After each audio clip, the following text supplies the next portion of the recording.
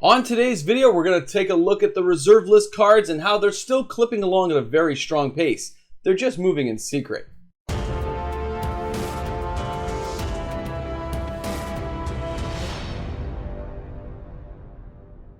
Hey guys, welcome back. MTG Moxman here. If you're new to my channel and you're somehow finding me out there in the nacho cheese world of YouTube, well, thanks a lot for checking out my content today. You can tap that subscribe button to add 3 colorless mana to your mana pool. I look forward to seeing you guys each and every day in the comment sections and on the channel. Gonna be a good time. So we're talking reserve list today. Now we know with the awesomeness of Modern Horizons 2, Dungeons and Dragons on the way with a theme to just die for with that artwork. It's amazing. People forget the reserve list is there sometimes. You forget that it's around, but the sales tell us otherwise. When I look at the sales list and I see these things, I've got to tell you guys what's going on. I've got to report back to the clan. All right, guys, let's take a look at some awesome cards today. By the way, I hope you're all having a good day because it's a nice day. All right, the first card we're going to talk about is going to be Lake of the Dead. Now, when you check out Lake of the Dead, number one, the art's always been amazing. Even when I was a kid, we loved this card. It was very creepy. All right. Sacking it for the 4 mana, bringing out Giant Eldrazi. We had a lot of uses for this thing. But back in the day, we didn't really have that many. I think I brought out like Lord Tressorhorn and stuff. Now, at $160 in Canada, $140 in the US of A, $90 in the EU. This card has very strong sales, and that's what I want to let you guys know. Most of the cards on today's list, you will see have strong sales. At times like this when new sets come out and money moves away, people forget exactly what happens. It doesn't mean reserve list sales stop. It means you get distracted. Staying on target like we talked about in an earlier video last week, it reminds you the sales are strong. Do I feel like buying a fetch land or picking up a Lake of the Dead? And remember, these cards are reserve list for a reason. They're not coming back. And if they're not really coming back, at least in any sense of the word, unless Wizards breaks their word, if they're not going to really come back, then we have a real chance to make serious gains and money. And please remember, I'm not a financial advisor. I did not graduate Magic University. I have no right telling you guys anything. This is an entertainment channel from a guy who hoards Magic cards in the background. That's what it is. Entertainment purposes. But it really makes me want to buy this card. Now our next card is the Mite Stone. The Mite Stone did go up a little bit higher than this at one point. It has settled back down. But you notice the sales are still really strong? Think about that. The sales are strong. The Mite Stone goes with the Weak Stone. It's not a very powerful card in any way used nowadays for most people in most formats. But it is from Antiquities. It is the history of Magic. It is lore that goes along with Urza and Mishra. It's amazing. And at $14, who can't afford to get that? Come on, skip some coffees, get yourself a Mite Stone. $10 in the US, $16 in the EU, and the sales are strong. This card is moving. There are people going out there and buying this card and still picking it up. And that tells you what's going on. People are still gathering reserve list cards and hoarding them and holding them. Now, when I tried to track a lot of these, by the way, what I found was on the platforms I track and try to find the sales of who's actually buying it, it is a little bit trickier if it's not the same person. So right now, these sales are all over the board. It's no one particular person buying these all. It's a group of people, all individuals it looks like, buying a whole smattering of everything, but it's across the board still. People need to remember that. It's not one card. Normal buyouts, you say one card. Volcanic Island goes. Underground Sea goes. Maybe people are going after Beta Fork. No. This is a widespread buyout that is not, it's slow, but it's not stopping. People are still hoarding this stuff together. Now, Sustaining Spirit. Great card if you don't have an ally from Cairo and you want to get some life gain. And with cumulative upkeep, not nearly as scary as back in the day because you can use it with a time elemental. You can unsummon these things, bring them back. It was kind of crazy, right? So at $8 in Canada, you got $2.50 in the EU, $4 in the US, but the sales are slow on this one.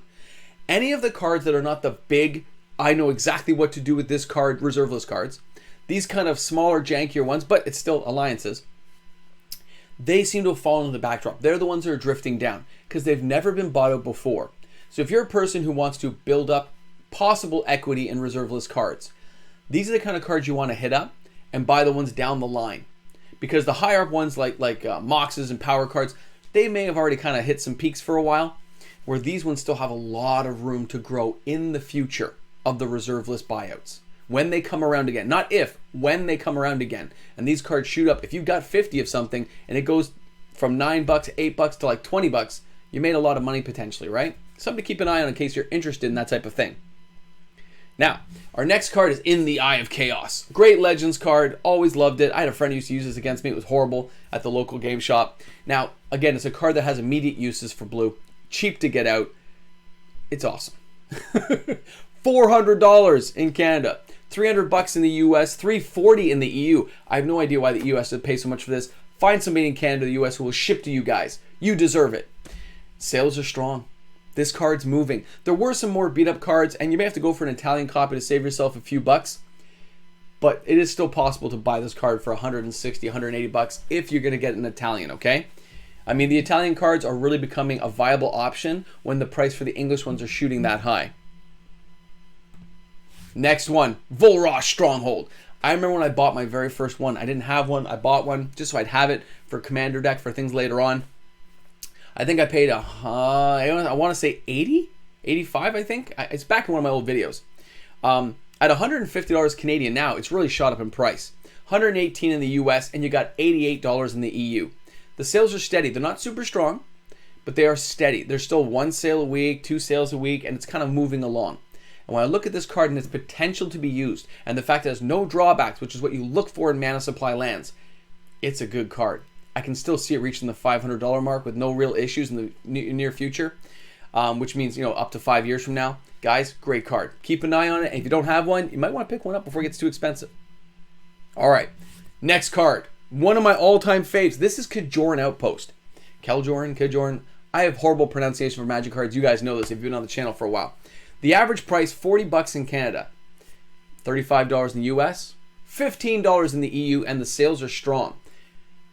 Remember this. This guy doesn't really have a drawback. He comes in, you sack a plains, it's fine. But the production of making 1/1 creatures for this card, it's like Soldevi Excavations. There's no real drawback to these lands. That's why they're so good. They don't seem as killer as, say, you know, a fetch land or a dual land. But you can't knock these kind of cards. They're really good. They have high potential later on. Mana production at that low to make 1/1s to block big beasties that come is incalculably valuable when you need it in a deck. The artwork is epic, right? It's after the Ice Age type deal. You see he's got a little outpost still hanging in there. It's just the idea of it. Very cool. And the price is going up slowly, okay? But the sales are really strong. And it's even a lot of heavily played copies of people who just want to have a copy for a deck to play in. So keep an eye on that. It doesn't always have to be near mint, guys.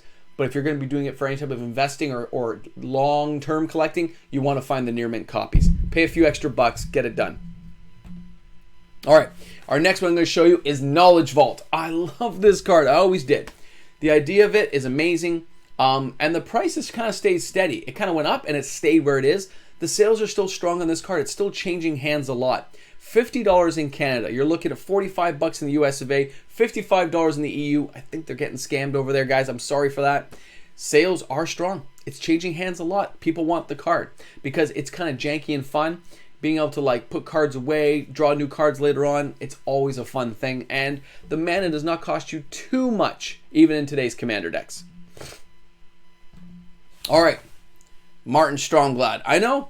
I remember this guy used to be like a 50-cent card. Nobody cared. Up to $20 in Canada. We got $8.50 in the EU, $9 in the US, and the sales are strong. It's moving. It's moving daily. Way to go, buddy. You deserve it. And you can see why. His effect to just obliterate people is amazing when you have a lot of creatures and a lot of small guys all attacking or all blocking. So, way to go. He deserves to be here. I can see why.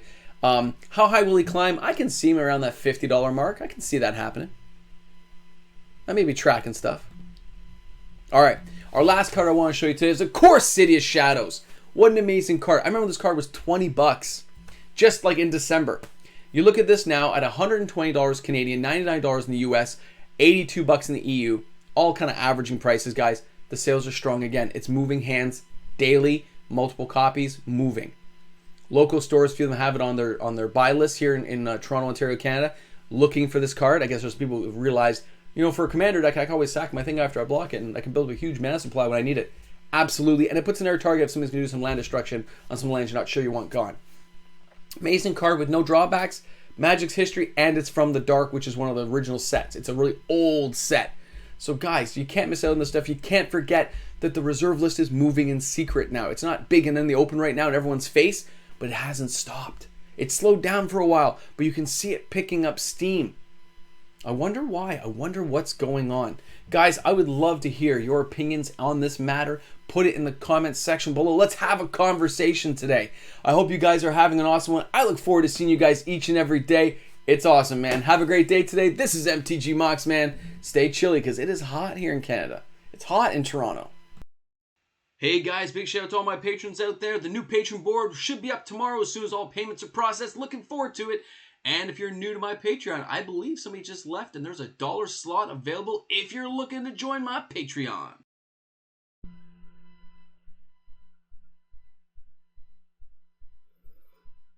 Dum dum dum, dum dum dum dum, dum dum dum dum, dum dum dum dum, dum dum dum dum, dum dum dum dum, dum dum dum dum.